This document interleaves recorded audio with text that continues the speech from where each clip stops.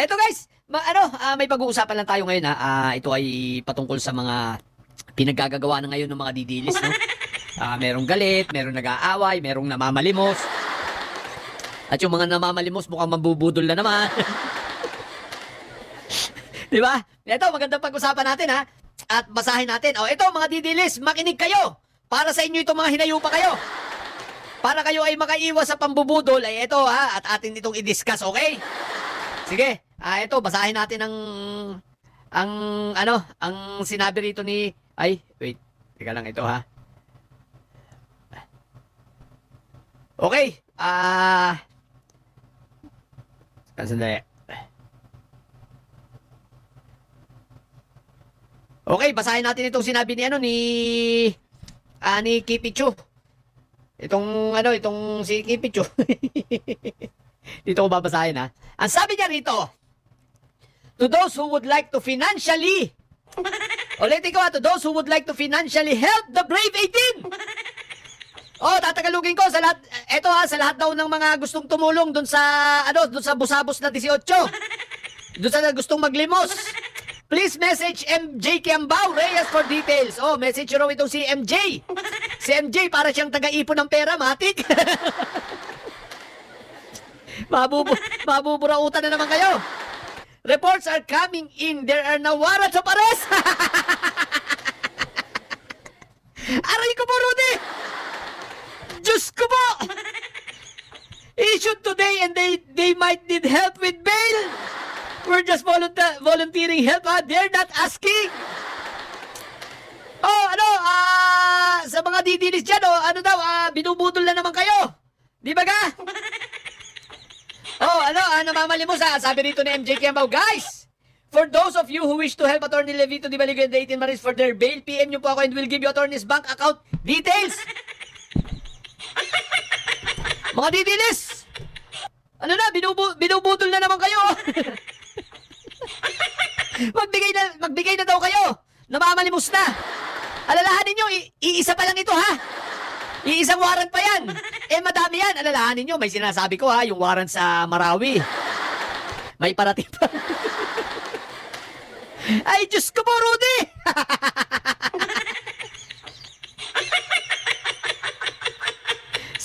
So binubudol na naman kayo, mga didilis. Maglimos na raw kayo. Kung ako naman sa inyo, yung ibibigay ko dyan, ba't ko naman ibibigay pa sa mga yan? Ibibigay nyo lang sa mga anak ninyo, mga hinayupa kayo. Diba? Papabigay nyo pa. Pabayaan nyo sila kasi ang daming pera niyan eh. No, habang sila naliligo dati sa pera, kayo ba inalala niyan? Habang sila dagsa-dagsa ang pera, inalala ba kayo nila? Ang sabihin nyo sa kanila, singilin nila si Mike Diferensya kahit nakakulong. Ang problema sa kanila, pumayag silang estapahin di ba?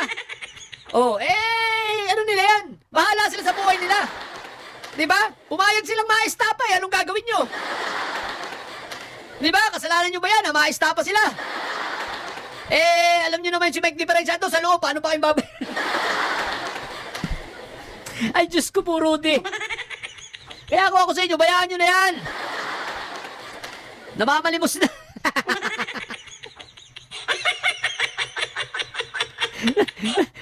Namamalimos na itong mga ito.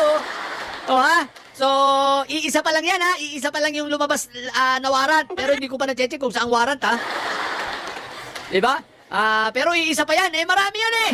So, ibig nyo ba sabihin kada may lalabas na warrant, manlilimos kayo? Wala talaga kayong kabuhay-buhay. Gagawa-gawa kayo ng kalokohan nyo tapos mandadamay pa kayo. Nung ang dami yung pera sa kasagsagan na kayo ay binayaran ng tig 350,000, dinaunan kayo, tuwan-tuwa kayo, ang dami yung pera. Di ba sinolo nyo lang? Kasama nyo ba yung mga kapwa nyo didilis? Wala! Di ba sinolo nyo lang ang ligaya? Ngayon, naghihirap kayo. Gusto nyo mamamalimos kayo. Pabayaan nyo na yan. Alam nyo kung bakit? Ito tuturuan ko kayo. Ang daming kaso niya mga yan na pagpapapiyansahan. Kung lumabas sa ikatlong araw, sa next week, ilan ang kaso niya? Napakarami. Palagay nyo, maglilimos pa rin kayo? Paano kung di na kayo makalilimos? Di ba makukulungin yan? O di sayang lang yung limos nyo. Sayang lang yung abuloy ninyo. So, pabayaan nyo na sila mga kulong. Habang kayo, enjoy nyo lang ang buhay yung mga didilis kayo. Kumain kayo ng maraming dinugan, mga hinayupa kayo. O kaya naman, ang dali lang niya. Kayang-kayang piyansa niya ng iglesia ni Kulto. Anong ginagawa? Anong ginagawa ni Ludovica? Ang dami pera nun ni Ludovica, oh. Ipapahamak, bata ni ano yun, bata ni Mike Diferensya yun. Oh, manghingi kayo doon, di ba? Manghingi kayo kila Pokis. Aba, anong ginagawa nilang nito nila Yutman tsaka ni Barbie Baste? Ginamit lang kayo? Ang dami kayong pera na mga yan, kaya kayo yung piyansahan. Yan sinasabi sa inyo, paggamit kayo ng paggamit kayo, problemado kayo, mamalimos kayo, di ba? Pero duda ako, baka ito naman baka naman itong mga to ay may pera nang ibinigay sila Basti para kumita lang. Alam nyo naman to sila, sila Kipicho mahilig ito sa mga racket.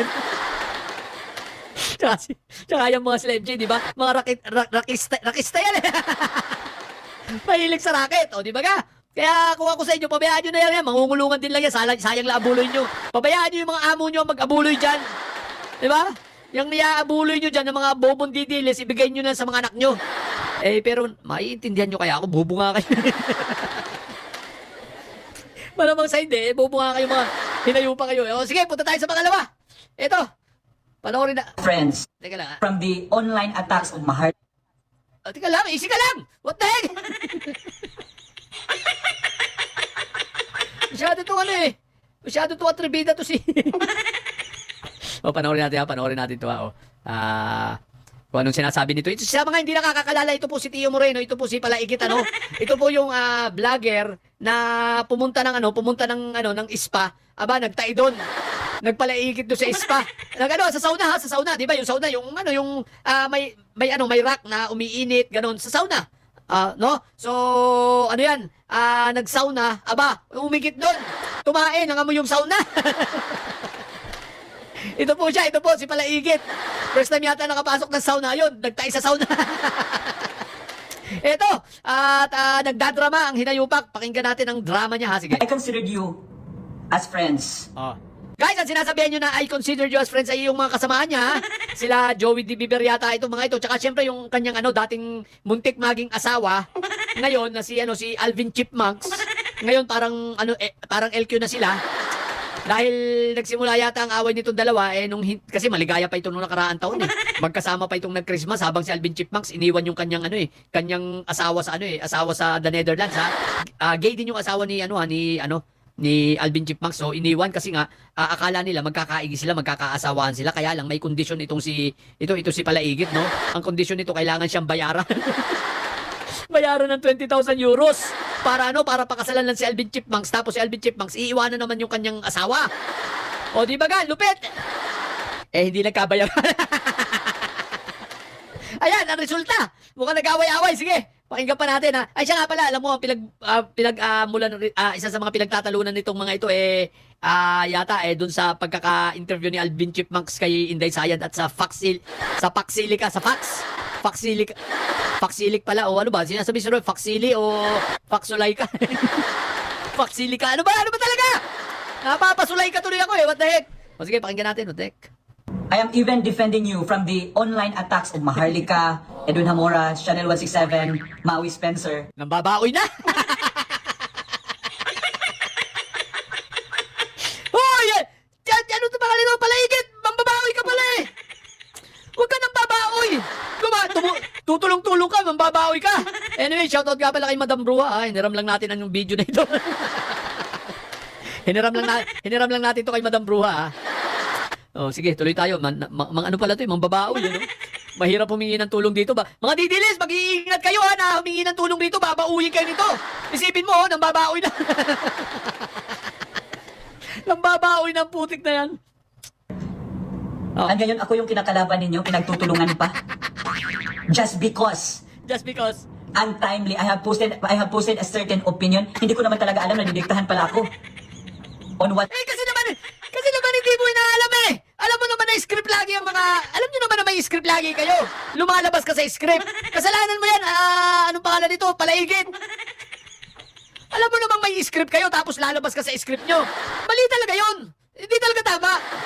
Sa bagay na ito, sang-ayon ako rito kila Alvin Chipmunks tsaka kila sa mga kaibigan mo pa pinagsasabi mo. Talagang sila tama dyan kasi lumalabas ka sa script Dapat hindi ka lalabas sa script. Si Inday Sayad niya, sa bagay, nakukuha ko naman yung punto siguro nito kasi nga, kaya siya nagsasabi, naglabas ng saloobin niya kasi nga, itong sila Alvin Chipmunks, inambush interview si Sayad. Sinabi ng pare-pareho kung may sala, mga hinayo pa kayo. Alam niyong may rules kayo. Ikaw kayo naman, Alvin Chipmunks, makinig kayo ha. Alam nyo naman na may rules kayo na bawal yung i-ambush interview si Inday Sayad. In-ambush interview nyo pa. Alam nyo naman na bubo yun at hindi yun nakakasagot ng walang kodigo. In-ambush interview nyo. O, ano nangyari? Di ang nangyari, faksili ka! Tatanga-tanga, kaya may punto rin naman itong si Iyot man tuloy. May punto rin itong si Palaigit. Diba? Pero may punto rin naman itong sila Alvin Chipmunks. Pareho kayong may punto, kaya lang pareho kayong bobo.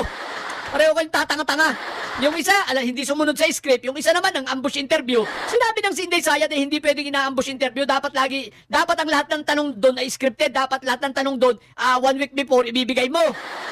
Dahil lahat ng sagot niya, pag-aaralan pa niya yun.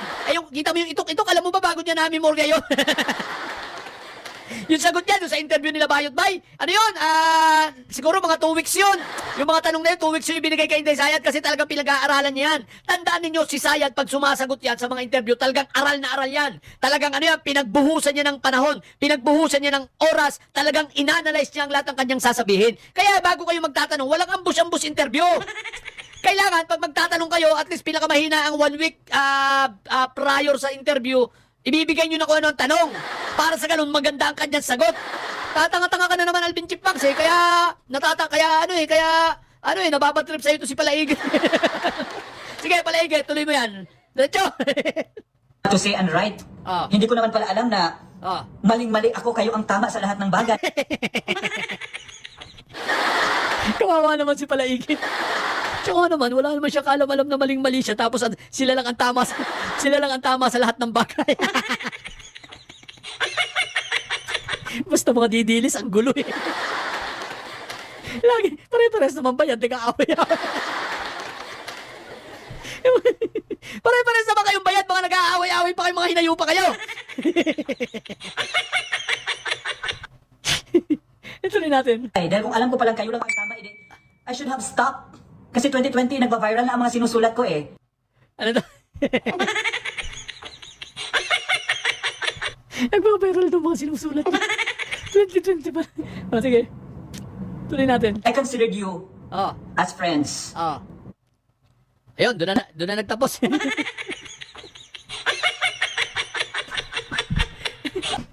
Kasi kayo, Alvin Chipmunks, huwag kayong tanga. Huwag kasi kayo, tulad ng sinabi ko kanina, huwag kayong nag-i-interview ng hindi alam nitong si Sayad. Ipapaalam nyo muna kasi matalino yan. At ano yan ang gusto niyan, talagang ang sagot niya ay pinag-aaralan niya. Ang gusto niyan, ang mga sagot niya ay talagang binasa niya. At lahat ay may referensya siya. Ganon! Kita mo ba yung napakaganda ng speech niya dun sa rally-rally nila sa ICC na yan, di ba? Isang buwan niya yung pinagpraktisan. 1 month siyang nagpractice yun sa patungkol dun sa pag-hire niya ng riding in tandem. Isang buwan niyang pinag-aralan yun. Tsaka yung script na yun na talagang siya mismo personal lang nagsulat dun. Yung sabi niya na kapag yung kanyang asawa ay may mistress, papapatay na lang niya sa, di ba? Papapatay na lang niya sa halagang 5,000. Talagang matagal niyang inisip yun. Ganon ang sinasabi ko, ganyan katalino si Inday Sayad, kaya wag niyong ina-ambush interview mga hinayo pa kayo. Kaya si, Palaigit may punto. Pero Palaigit, may punto rin si Alvin Chipmunks, tandaan mo bago ako magtapos, lagi mong tatandaan sumunod sa script. Huwag kang nawawala sa script. Yan tuloy, nawala ka sa eksena. Isipin mo, nandun yung iba sa The Netherlands ngayon, sila Joey D. Biber, di ba? Nakita ko sa mga post nila, nandun sila. Tapos ikaw na pag-iwanan. What? Isinantabi ka na lang, what the heck? Wawa naman si Palaigit. Pero yun lang. Agad na sa mga didilis yung mga maglilimos. Mag-isip-isip kayo kung dapat nyo pa limusan. Yung ililimos nyo, bilhin nyo na lang ng bigas ng mga hinayo pa kayo. Tapos pabayaan nyo sila kasi palagay ko naman makukulong din na, mauubusan ng pagpiyansa yan, mangungulungan talaga. Kaya wag na kayo mag-aksaya ng pera. Ano nyo na lang, ibulsa nyo na. So ilan muna sa mga bubong didilis. Ang gulo nyo!